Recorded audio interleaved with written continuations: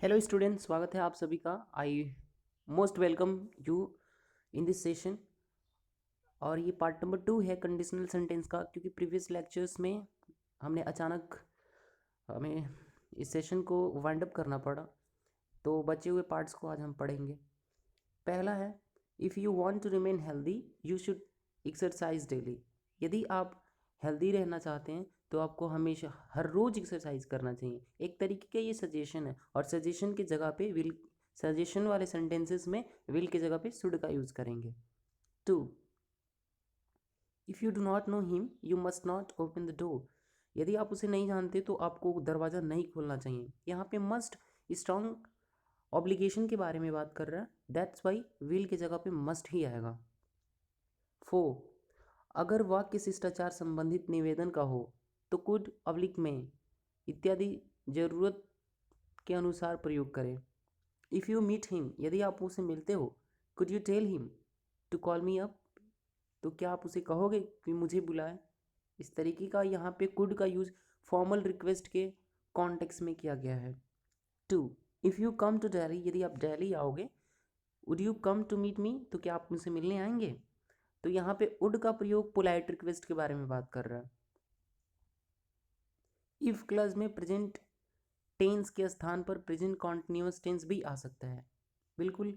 If you are waiting for the bus, यदि आप बस के लिए इंतजार कर रहे हैं, you should better take a taxi, तो आपको एक अच्छा होगा कि आप टैक्सी ले लें।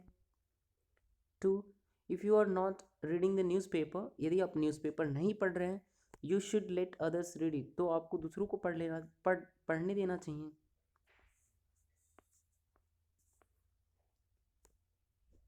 इफ़ क्लज में प्रेजेंट परफेक्ट टेंस का भी प्रयोग हो सकता है। बिल्कुल हो सकता है। If you have finish the work you may live, यदि आपने काम ख़त्म कर लिया हो तो आप जा सकते हैं। आप कब जा सकते हैं? यदि आपने काम ख़त्म कर लिया हो। तो ये जो इफ़ क्लज है, ये एक सबऑर्डिनेट क्लज है, और ये डिपेंड करता है किस पर? प्रिंसिपल क्लज पे, अपने मीनिंग को कंप्लीट करने के लिए। Second, if you have bought tickets you will surely go to see the movie, यदि आपने टिकट्स खरीद लिया है तो आप निश्चित ही मूवी देखने जाएंगे। पास्ट कंडीशनल जो कि सेकेंड कंडीशनल सेंटेंस कहा जाता है। If clause in past tense, okay. General formula है if plus past indefinite comma plus subject plus would plus verb first form. यहाँ वुड की जगह पे कुड भी हो सकता है, माइट भी हो सकता है, और ना मस्ट भी हो सकता है। लेकिन कब वुड का यूज़ करें, कब माइट का यूज़ करें, और कब मस्ट का यूज़ करें, हमने ऊपर के लेक्चर्स में पढ़ लिया है। If I had money I would lend it to you, यदि मेरे पास पैसे होते तो मैं आपको देता। हालांकि मेरे पास पैसे तो है नहीं, और इसलिए मैं आपको नहीं दे पाऊंगा, इसका सेंस ये है। लेकिन कंडीशन ये कह रहा है कि अगर मेरे पास होते तो मैं दे देता आपको। ऐसे वाक्य इम्प्रोबेबिलिटी व्यक्त करते हैं, यानी इफ़ क्लज में जिस कार्य का उल्लेख है वो नहीं हुआ, जैसा कि मैंने आपको बताया। उपयुक्त वाक्य में इफ़ आई हैड मनी से यह स्पष्ट है कि पैसे नहीं हैं या पैसे नहीं थे। If clause in past perfect tense, जो थर्ड कंडीशनल सेंटेंसेस होता है वो फ्यूचर के अनफुलफिल्ड एक्शन को बताता है। जैसे कि यदि if I had seen you I would have stopped my car, यदि मैंने आपको देखा होता तो मैं अपने कार को स्टॉप कर लिया होता। हालांकि मैंने आपको नहीं देखा, और इसीलिए नहीं देखने की वजह से मैंने अपने कार को रोका नहीं। ऐसे वाक्य में इफ़ क्लज में जिस कार्य का उल्लेख होता है उस कार्य का ना होना दर्शाया जाता है। यानी if I had seen you से तात्पर्य है कि I had not seen you, कि मैंने आपको देखा नहीं था। यदि मैंने आपको देखा होता तो मैंने अपनी कार को रोका होता, ऐसा सेंस है।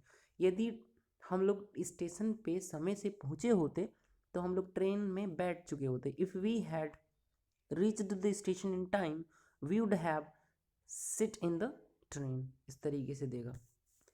ऐसे वाक्यों में इफ़ को हैड से रिप्लेस किया जाता है जी। सेंटेंस को कंसाइज करने के लिए, यानी कि एब्रीज करने के लिए, उसे छोटा करने के लिए, एब्रिविएट करने के लिए इफ़ के जगह पे हैड का यूज़ कर देता है, और सब्जेक्ट के बाद तुरंत मेन वर्ब और थर्ड फॉर्म का यूज़ करता है। और ऐसा करने से सेंटेंस लॉ ऑफ इन्वर्जन को फॉलो करने लगता है। लॉ ऑफ इन्वर्जन ये बोलेगा conversion of subject and verb. हालांकि नॉर्मल सेंटेंसेस में सब्जेक्ट के बाद ही वर्ब आती है, लेकिन लॉ ऑफ इन्वर्जन के कॉन्टेक्स्ट में सब्जेक्ट के पहले ही वर्ब आने लगती है। यानी कि had I seen you I would have stopped my car, यहाँ पे इफ़ को हैड से रिप्लेस कर दिया है और सब्जेक्ट आई के बाद तुरंत मेन वर्ब थर्ड फॉर्म का यूज़ किया है। ओके, और यहाँ पे हम इस सेंटेंस को ऐसे भी लिख सकते हैं कि if I had seen you, या हम ऐसे लिख सकते हैं कि had I seen you, no difference in meaning at all. Let's see for the 3 important फॉर्मूले। हाँ, if plus present indefinite plus comma plus future indefinite, और मैं जहाँ इंडेफिनिट कह रहा हूँ वहाँ पे कई बार लोग सिंपल भी कहते हैं, लेकिन उन दोनों में बिग डिफरेंस है। If plus subject plus had plus verb of third form plus comma plus subject plus would plus have plus verb of third form, इस पर्टिकुलर स्ट्रक्चर का यूज़ तब करते हैं जब थर्ड कंडीशनल के हम बारे में बात कर रहे होंगे। ओके, और ये नीचे दिया है डॉट करके, if plus subject plus verb of second form plus comma plus subject plus would plus verb of first form, ये सेकेंड कंडीशनल है। अगर एक पहला इफ़ क्लस पास्ट में है तो फ्यूचर क्लस भी पास्ट में ही होगा। Other types of conditional sentence, कुछ ऐसे भी कंडीशनल सेंटेंसेस होते हैं जहाँ पे इमेजिनरी सेंटेंसेस होंगे, इमेजिन करेगा, जैसे कि if I were a bird, यदि मैं एक चिड़िया होता I would fly in the sky, तो मैं आकाश में उड़ता। हालांकि मैं ना चिड़िया हूँ और ना ही मैं आकाश में उड़ सकता, बट हाँ सपोज तो कर रहा है, वो इमेजिन तो कर रहा है कि ऐसा होता तो मैं ये करता। तो इस कॉन्टेक्स्ट में बातें करने के लिए हमारे पास स्ट्रक्चर होता है सब if plus subject plus verb plus comma plus subject plus would plus verb first form. और हाँ, सब्जेक्ट के बाद ये जो आपको वर दिख रहा है ना, ये हमेशा ही प्लूरल फॉर्म में होता है, भले ही हमारा सब्जेक्ट रहे सिंगुलर या रहे प्लूरल, फर्क नहीं पड़ता। सब्जेक्ट सिंगुलर रहे या प्लूरल, हमें वर ही यूज़ करना है। जैसे ही आई के साथ वर यूज़ किया, हालांकि नॉर्मल सेंटेंसेस में आई के साथ वह जाता है। जैसे लिखा है काल्पनिक पद यानी कि पोस्ट के लिए सभी सब्जेक्ट के साथ वर का प्रयोग किया जाता है। नीचे दिए गए शब्दों के साथ वाज का प्रयोग नहीं होता। If, as though, in case, as if, would, that, I wish, ये जितने भी आपके सामने वर्ड्स दिख रहे हैं ना, ये हमेशा ही सपोजिशन रिलेटेड पर्टेनिंग वर्ड्स हैं, और इनके साथ हमेशा सब्जेक्ट के बाद वर्ब का ही यूज़ किया जाता है, या verb of second form. He scolded me as if he was my father, नहीं, if he were my father. क्यों? क्योंकि सपोजिशन है, वो मुझे इस तरह से डांटा मानो वो मेरा पिता हो, मतलब पिता की तरह।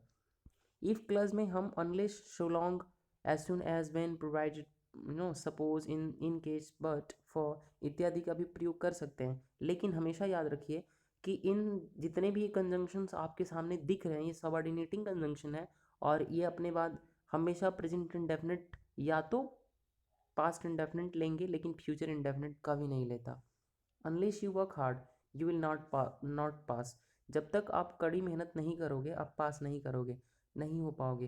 तो अनलेस, अनटिल और लेस्ट, ये एक ऐसे वर्ड्स हैं जो कि ऑलरेडी ही नेगेटिव होते हैं, और इसीलिए ये अपने साथ नो, नॉट, नेवर या कोई अन्य नेगेटिव वर्ड नहीं लेते।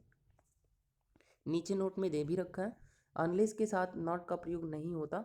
अनलेस यू वर्क हार्ड से हमारा तात्पर्य ये है कि if you do not work hard, यदि आप कठिन मेहनत नहीं करोगे, यानी कि unless equal to unless plus affirmative sentence equal to if plus negative. ठीक है, अगर हम अफर्मेटिव सेंटेंस में अनलेस का यूज़ कर रहे हैं तो वो इफ प्लस नेगेटिव के बराबर होगा। आई होप कि you have understood this concept very meticulously with great precision. So I need to move further. Question on example number 2, I shall support him so long as I am alive। यहाँ पे so long as I am alive अगर use होता तो sentence grammatically और ज़्यादा बेहतर होता। Okay, जब तक मैं जीवित हूँ मैं तुम्हें सपोर्ट करूँगा, इसका अर्थ यह है। थर्ड का, as soon as the train comes, जैसे ही जो ही ट्रेन आती है त्यों ही there will be rush for the seats के लिए बहुत अफरा तफरी मचेगा, रस होगा। 4, when he comes to Delhi I will go to meet him, जब वह दिल्ली आता है तो मैं उससे मिल जाऊँगा। देख लीजिए, वेन है, वेन के बाद सिंगुलर सब्जेक्ट है, तो यहाँ पे प्रेजेंट इंडेफिनिट टेंस का यूज़ कर रहा है, न कि फ्यूचर इंडेफिनिट। और सिंस तो फ्यूचर इंडेफिनिट टेंस का ही दे रहा है कि जब वह दिल्ली आएगा तो मैं उससे मिलने जाऊँगा। ओके, स्पॉट द एरर, कि स्पॉटिंग द एरर्स में ये स्पॉटिंग द एरर हम नेक्स्ट वीडियो में करेंगे। तब तक के लिए बाय बाय, टेक केयर। और यहाँ इस वीडियो को ज़्यादा से ज़्यादा शेयर करें, सब्सक्राइब करें इस चैनल को, और please like, so that YouTube may also promote these videos to the next people. So bye bye and take care.